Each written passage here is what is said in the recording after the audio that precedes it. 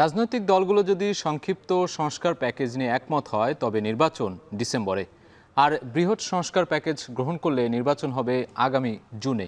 প্রধান উপদেষ্টার এমন বক্তব্যের পর কোন দিকে যাবে রাজনৈতিক দলগুলো, দেশের গণতান্ত্রিক উত্তরণে কতটা ইতিবাচক ভূমিকাই বা রাখবে তারা, সেটি এখন দেখার অপেক্ষা। দর্শক, সুষ্ঠু ও অংশগ্রহণমূলক নির্বাচনের রূপরেখা মসৃণ করতে অন্তর্বর্তী সরকার বারবার অঙ্গীকার পুনর্ব্যক্ত করলেও কতটা আশ্বস্ত করতে পারছে, এসব নিয়ে আজকের ভোটের ট্রেনের আলোচনা। সঙ্গে আছি আমি সাজিদ আরাফাত। দর্শক, প্রতিদিনকার মতোই নির্বাচন ইস্যুতে বিভিন্ন রাজনৈতিক ব্যক্তিত্ব বিভিন্ন ধরনের মন্তব্য করে থাকেন, সেগুলো আমরা এক নজরে দেখে নিতে চাই। আজকে কে কি মন্তব্য করেছেন আগামী নির্বাচন এবং ভোট নিয়ে আমরা একটু দেখব।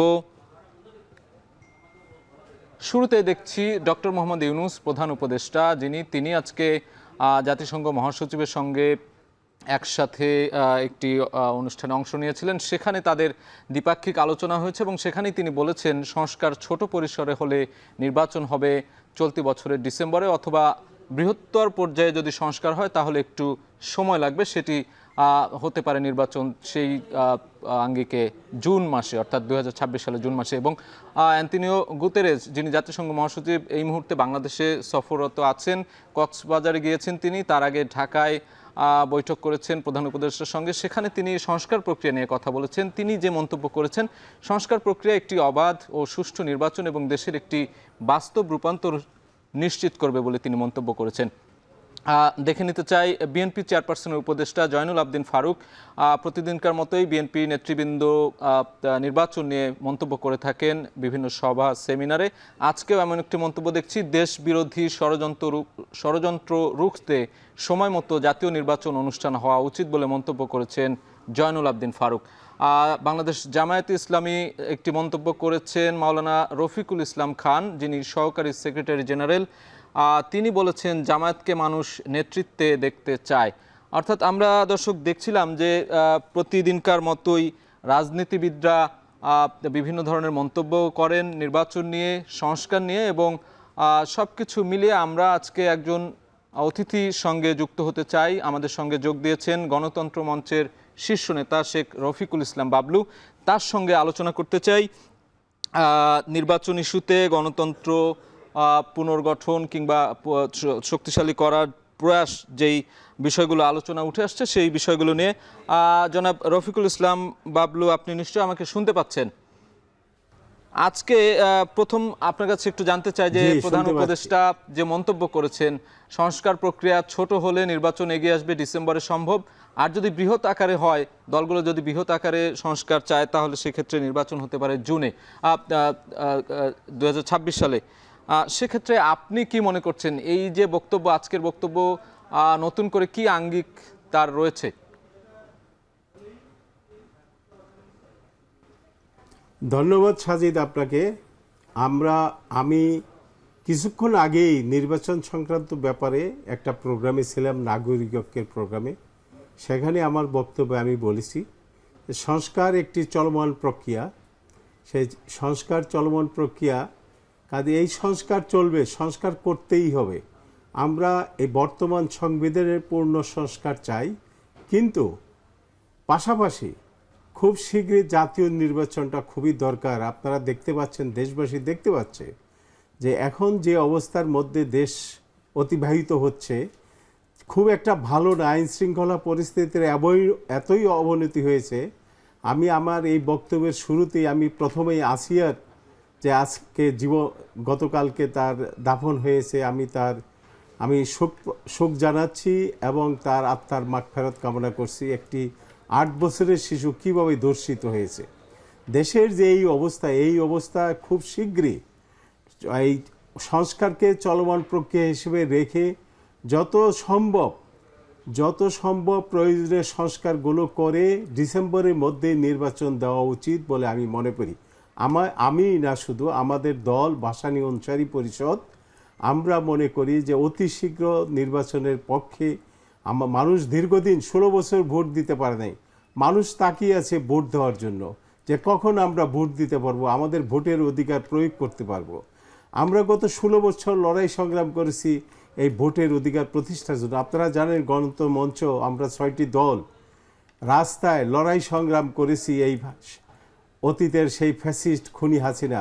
আমাদের লড়াই সংগ্রাম ছাত্র জনতা ঐক্যবদ্ধভাবে আমরা যে অভ্যুত্থান মহান গণ অভ্যুত্থান সংগঠিত করেছি, এই অভ্যুত্থানের পরিপ্রেক্ষিতেই সেই ফ্যাসিস্ট খুনি হাসিনা এই দেশ ছেড়ে পলায়ন করতে বাধ্য হয়েছে। শুধু সে পলায়ন করে নাই, তার দলের 300 এমপি সহ এমনকি মসজিদের ইমাম সহ পলায়ন করতে বাধ্য হয়েছে। তো এখন সেগুলো আমরা সবকিছু জানি, তবে নির্বাচন নিয়ে কথা বলতে চাই। এই মুহূর্তে জাতীয় নির্বাচনের আগে কি কি চ্যালেঞ্জ দেখছেন আপনি, এবং রাজনৈতিক দলগুলোর মধ্যে ঐক্যমত্যের কোনো অভাব আছে কিনা? সবাই তো নির্বাচনের কথা বলছে, কেউ আগে কেউ পরে, সেই জায়গায় ঐক্যমত্যে পৌঁছানোটা জরুরি কিনা? আপনার কাছে কি মনে হয়, কি কি চ্যালেঞ্জ রয়েছে এই মুহূর্তে? শোনে, আমি আপনাকে বলি মিস্টার সাজিদ, কিছুদিন আগে ডক্টর ইউনূস সাহেব ঐক্যমত্য কমিশনের পক্ষ থেকে আমাদেরকে ডেকেছিলেন, আমরা সেখানে উপস্থিত হয়েছিলাম। ম্যাক্সিমাম দল সেখানে 85% দল সেখানে বলেছিল জাতীয় নির্বাচনটা আগে হবে, কারণ এই মুহূর্তে যদি স্থানীয় নির্বাচন আগে আসে তাহলে দেশে একটা এমনিই খুনাখুনি চলতেছে, খুনাখুনিটা আরও বেড়ে যাবে, বেড়ে গিয়ে এমন একটা অবস্থার সৃষ্টি করবে যে জাতীয় নির্বাচন করাটা তখন একটা দুরূহ ব্যাপার হয়ে যাবে। কাজে আগে জাতীয় নির্বাচনটা হোক, জাতীয় নির্বাচন হলেই আমরা স্থানীয় নির্বাচনের দিকে, নির্বাচিত সংসদ যারা আসবে তারা স্থানীয় নির্বাচনের পক্ষে চলে যাবে, ওই দিকে চলে যাবে। তখন নির্বাচন কমিশন সুষ্ঠুভাবে একটা স্থানীয় নির্বাচন করতে পারবে, আইন শৃঙ্খলা পরিস্থিতির উন্নতি হবে। এখন এই মুহূর্তে জাতীয় নির্বাচনটা আগে দরকার আমরা মনে করি, আমাদের দল মনে করে। সেক্ষেত্রে আপনারা নির্বাচনে কিভাবে অংশ নিতে পারেন? আপনাদের মতো যারা দলগুলো রয়েছেন, বৃহত্তর দলগুলোর সাথে কি জোটবদ্ধ হওয়ার কোনো প্রক্রিয়াধীন আলোচনা রয়েছে? আপনারা জোটবদ্ধভাবে নির্বাচনে যেতে চান কিনা? আমরা জোটবদ্ধভাবে নির্বাচন যাব, কারণ আপনারা জানেন আমাদের বিএনপির নেতৃত্বাধীন আমরা 44টা রাজনৈতিক দল রাজপথে লড়াই সংগ্রাম করেছি। বিএনপি বারবার বলতেছে জোটবদ্ধ নির্বাচন হবে, জোটবদ্ধ সরকার গঠন হবে। জনাব তারেক রহমান সাহেব বারবার জনগণের সামনে, দেশের সামনে এই বক্তব্যটা নিয়ে আসছেন। কাজে আমরা মনে করি জোটবদ্ধ নির্বাচন করব আমরা। এই দেশের মানুষ সবসময় এই জোটবদ্ধ নির্বাচনের পক্ষে রায় দিয়েছে, এইবারও রায় দিবে জোটবদ্ধ নির্বাচনের পক্ষে। আমরা সেই অপেক্ষায় আছি, আমরা জোটবদ্ধ নির্বাচন করব। ওকে, আপনাকে আরেকটি প্রশ্ন রাখতে চাই যে এই মুহূর্তে অ্যান্টোনিও গুতেরেস তিনি সফর করছেন বাংলাদেশে, তিনিও কিন্তু সংস্কার নিয়ে কথা বলেছেন আজকে। সেটি নির্বাচনের আগে সংস্কার প্রক্রিয়াকে কতটা ত্বরান্বিত করবে, বা নির্বাচনে তার এই সফর কোনো ধরনের প্রভাব ফেলবে কিনা, আপনার কাছে কি মনে হয়? আমি মনে করি ওনাকে ধন্যবাদ জানাই, উনি বাংলাদেশে এসছেন, নিজে সরেজমিনে বাংলাদেশের অবস্থান দেখে গেলেন, বুঝে গেলেন, এবং উনিও বুঝবেন যে হ্যাঁ সংস্কার তো আমরা সবাই চাচ্ছি, আমরা সংস্কারের পক্ষে।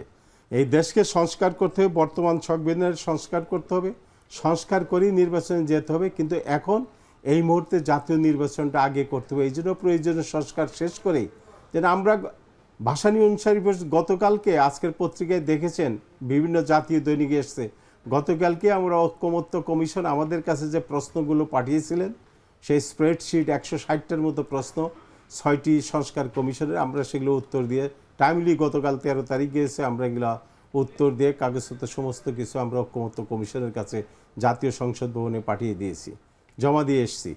তো আমার মনে হয় এটা চলমান প্রক্রিয়া চলবে, আমরা এইভাবে এগিয়ে যাব, খুব তাড়াতাড়ি শেষ হয়ে যাবে আমরা আশা। প্রত্যেকটি দল ঐক্যমত্য কমিশনের এই আহ্বানে সাড়া দিবে, সাড়া দিয়ে তাড়াতাড়ি শেষ করে এটা নির্বাচনের দিকে দেশ চলে যাবে, জাতীয় নির্বাচনের দিকে।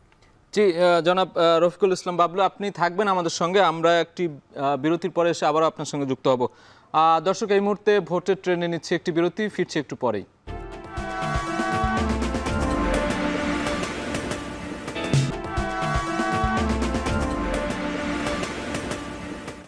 ফিরে এলাম বিরতির পর, দেখছেন ভোটের ট্রেন। আমরা কথা বলছিলাম শেখ রফিকুল ইসলাম বাবলু, যিনি গণতন্ত্র মঞ্চের শীর্ষ নেতা।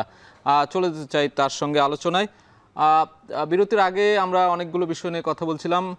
এই মুহূর্তে আসলে একটু জানতে চাই যে নির্বাচন আয়োজন করা তো একটা বড় ব্যাপার, সেক্ষেত্রে নির্বাচন কমিশনারের অনেকগুলো কাজ থাকে, ব্যালট পেপার থেকে শুরু করে যাবতীয় যে সিল থেকে শুরু করে অনেক কিছু বিষয়, প্রস্তুতির বিষয় আছে।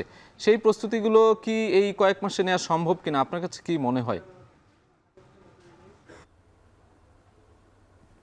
ধন্যবাদ। নির্বাচন কমিশনে অলরেডি অনেক দূর এগিয়ে এসছেন একটা সুষ্ঠু নির্বাচন এই দেশে উপহার দেওয়ার জন্য। বর্তমান নির্বাচন কমিশনার, প্রধান নির্বাচন কমিশনারের সঙ্গে আমি গত পরশুদিনই দেখা করে এসেছি। আমি আমার দলের 3 জন নেতাকে সঙ্গে নিয়ে সেখানে দেখা করে এসেছি। ওনারা অনেক দূর এগিয়েছেন এবং রাজনৈতিক দলের যে নিবন্ধন, সেই নিবন্ধনের জন্যই আমরা ওখানে গিয়েছিলাম। কারণ রাজনৈতিক কারণে গত নির্বাচনের আগে আমাদেরকে নিবন্ধন দেওয়া হয় না এই রাজনৈতিক কারণে। তো এইবার আমি দেখা করে এসেছি, যে তার সঙ্গে কথা বলে এসেছি। তারা পুরা প্রস্তুত। আমাকে প্রধান নির্বাচন কমিশন আশ্বস্ত করছে যে আমরা ডিসেম্বরের মধ্যেই নির্বাচন করতে পারবো, আপনারা নিবন্ধনের জন্য আবার কাগজপত্র জমা দেন, আপনাদের মার্কা আমরা দিয়ে দিব এবং আমরা ডিসেম্বরের মধ্যে নির্বাচন করতে পারবো। সে খুবই কনফিডেন্ট প্রধান নির্বাচন কমিশন। আমি তাকে ধন্যবাদ জানাই, সালাম জানাই। জি, নিবন্ধনের বিষয়টি যখন বললেন তখন একটু জানিয়ে রাখি যে আইনজীবীদের নেতৃত্বে জনতার পার্টি নামে নতুন একটি দল এসেছে এবং তারা যে মন্তব্য করেছে যে নিবন্ধন পেলে 200 আসনে প্রার্থী দেবে। এই যে তাদের নিবন্ধনের কথা আসছে, এনসিপি কিছুদিন আগে নতুন দল গঠন করলো, আপনারা যেই দলগুলো রয়েছেন সবগুলো মিলে যে বৃহত্তর দলগুলোর সাথে, যে বৃহত্তর বলতে আমি বিএনপি, জামায়াত বা অন্যান্য দলগুলোকে বোঝাচ্ছি, সেই জায়গা থেকে যে নিবন্ধন যারা নতুন করে পাবেন তারা নির্বাচনে বা ভোটে কি ধরনের প্রভাব ফেলবে, তারা কি ধরনের প্রভাব রাখবে? না, সবাই তো চেষ্টা করবে তার নির্বাচনে তার এটা ভালো করার জন্য, রেজাল্ট ভালো করার জন্য তারা এটা করবে। কিন্তু এতে কোনো, আমি মনে করি না যে, আমি তো মনে করি যত প্রতিযোগী বেশি হবে, যত লোক বেশি আসবে, প্রতিযোগিতা আরও ফেয়ার হবে, সুন্দর হবে, ভালো হবে সেটা দেশের জন্য। সবাই আসুক, সবাই ভোট দেওয়ার অধিকার ফিরে পাবে, সবাই নির্বাচনে অংশগ্রহণ করতে পারবে, এটা একটা ভালো জিনিস, ভালো দিক আমি মনে করি। এবং আইনজীবীরা যদি আসতে পারে, জনতার দল আপনি বললেন, এটা ভালো। তারা শিক্ষিত লোক, তারা আসলে সমাজের অনেক ভালো জ্ঞানী গুণী মানুষ আসবেন, তারা চিন্তা করবেন, দেশের জন্য এটা অনেক বড় উপকার হবে, দেশের জন্য অনেক বেনিফিট বয়ে আনবে। আইন শৃঙ্খলা বিষয় নিয়ে একটু জানতে চাই। নির্বাচনের আগে তো আইন শৃঙ্খলা বাহিনী, তাদেরকে শক্তিশালী করা, তৃণমূল পর্যায়ে আইন শৃঙ্খলা নিয়ন্ত্রণে রাখা, আমরা দেখতে পাচ্ছি ক্ষমতায় আসার আগেই বলা হচ্ছে, বিভিন্নভাবে অভিযোগ করা হয় যে বিভিন্ন রাজনৈতিক দলের নেতাকর্মীরা এখনই বেপরোয়া হয়ে উঠছেন। এই ধরনের অভিযোগগুলো কিন্তু আসছে গণমাধ্যমে। সেক্ষেত্রে নির্বাচনে কি এই বিষয়গুলো নেতিবাচক প্রভাব ফেলবে কিনা? সেক্ষেত্রে আইন শৃঙ্খলা বাহিনীকে আরও শক্তিশালী করার প্রয়োজন আছে কিনা? অবশ্যই আইন শৃঙ্খলা, আমরা তো দেখেন রাজপথে আমরা প্রোগ্রাম করতেছি, আইন শৃঙ্খলা পরিস্থিতির উন্নতির জন্য আমরা রাজপথে লড়াই সংগ্রাম করতেছি, এখনো আমরা রাজপথে। এই তো আমি আবার আমাদের রোববারের পরেই আমরা একটা প্রোগ্রাম দেব ঈদের আগে, এই আইন শৃঙ্খলা পরিস্থিতির উন্নয়ন, দ্রব্যমূল্যের ঊর্ধ্বগতি, এই সিন্ডিকেট ভেঙে দেওয়ার এইসব বিষয়ে, নারীর প্রতি সহিংসতা রোধের, আমরা এই হয়তো বা ঈদের আগেই আরও 1-2টা প্রোগ্রাম আমাদের হবে। আইন শৃঙ্খলা পরিস্থিতির উন্নতি হওয়া দরকার, উন্নতি করতে হবে। আইন শৃঙ্খলা উন্নতি আশা করি ধীরে ধীরে হয়ে যাবে। সবাই যখন নির্বাচন ডিক্লেয়ার করবে, সব দল তখন যখন নির্বাচনমুখী হয়ে যাবে, তখন আইন শৃঙ্খলা পরিস্থিতি আরও একটু স্বাভাবিক হবে আমি মনে করি।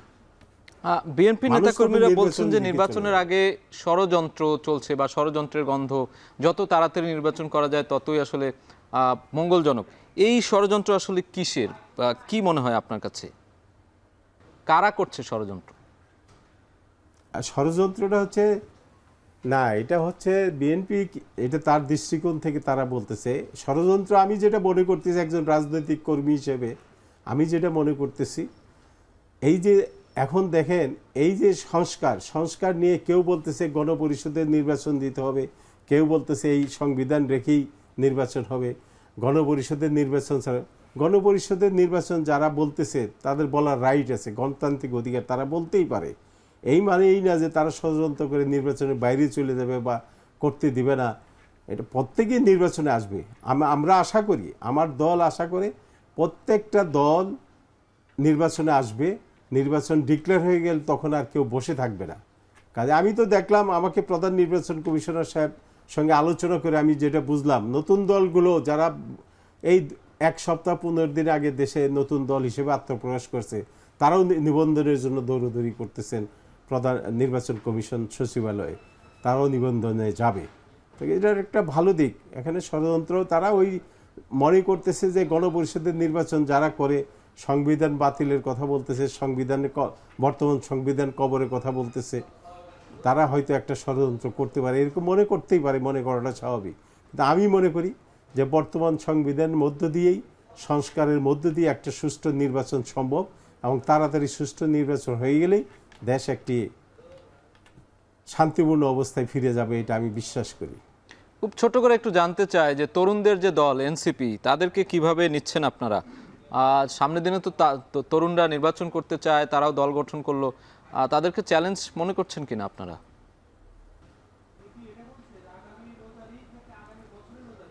আমরা মনে করি, আমরা নতুনদের স্বাগত জানাই। আমরা যারা প্রবীণ, এই দেশটা তো একদিন এই নতুনরাই নেতৃত্ব দিবে। আমাদের তো এখন বয়স হয়ে যাচ্ছে, বয়স হয়ে গেছে, নতুনরা, আমরা চাই নতুনরাও আসুক। কিন্তু এরা আসার আগেই যে ধরনের সাউন্ড মার্কেটে দিচ্ছেন তারা, এটা খুব একটা ভালো দিক মনে করতেছি না আমরা। যাই হোক, তারা আসুক, আমরা নতুনদেরকে স্বাগত জানাই, সাধুবাদ জানাই, তারা আসুক, নির্বাচনে অংশগ্রহণ করুক। যখন যাদেরকে ভোট দিয়ে নির্বাচিত করবে তারাই ক্ষমতায় আসবে, আমাদের এতে কোনো আপত্তি নেই। কিন্তু সুষ্ঠু ভোট হতে হবে, সুষ্ঠু ভোটের মাধ্যমে জনগণ যাকে নির্বাচিত করবে তারাই ক্ষমতায় আসবে, এবং ক্ষমতা তারা দেশ পরিচালনা করবে। জি, আপনাকে অসংখ্য ধন্যবাদ শেখ রফিকুল ইসলাম বাবলু, অসংখ্য ধন্যবাদ আমাদের সাথে যুক্ত হওয়ার জন্য। দর্শক, ভোটের ট্রেনে নিচ্ছি ছোট্ট একটা বিরতি, সাথেই থাকুন।